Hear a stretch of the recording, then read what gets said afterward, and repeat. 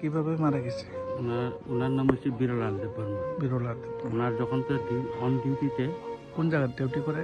ওই মুঠা কোম্পানি। হ্যাঁ, ওই বেম্বু পার্কের সামনে মুঠা কোম্পানি করে। হ্যাঁ। এরপরে এই সামনে যখন ডিউটি করলো, এরা 2 ঘন্টার পর পর এরা আপডেট দিব লাগে। যখন 4-4টে আপডেট দেওয়ার পরে যখন আবার ঘুমাইছিল তখন মানে হুঁশ নাই, মারা গেছে কিনা এই সময় তো জানে না। যখন হাসপাতালে নিয়ে যায় তখন ডাক্তাররা কইছে যে মারা গেছে।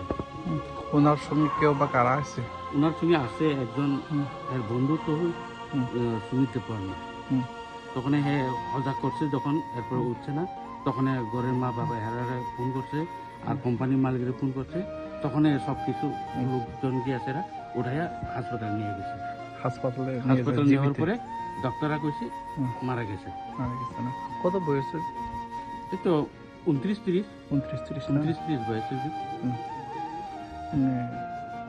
ওনার ছেলে মেয়ে বউ? না, কোনো মানে বিয়া করছে না। হেরা 2 ভাই, এক বোন আছে।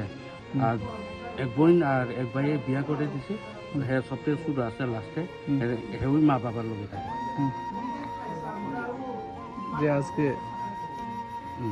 আজকে আমরা এডিসি আমরা ইএম স্যারে যখন বাড়ি ঘর দেখতে আসে তখন অবস্থা কিরকম দেখতে আসে, হ্যাঁ সান্ত্বনার জন্য মারা গেছিল। ওনার নাম কি? ওনার নাম বিরলাল দেববর্মা। এই এলাকার নাম ভগবান চৌধুরী পাড়া, ব্লেসের ভগবান চৌধুরী পাড়া।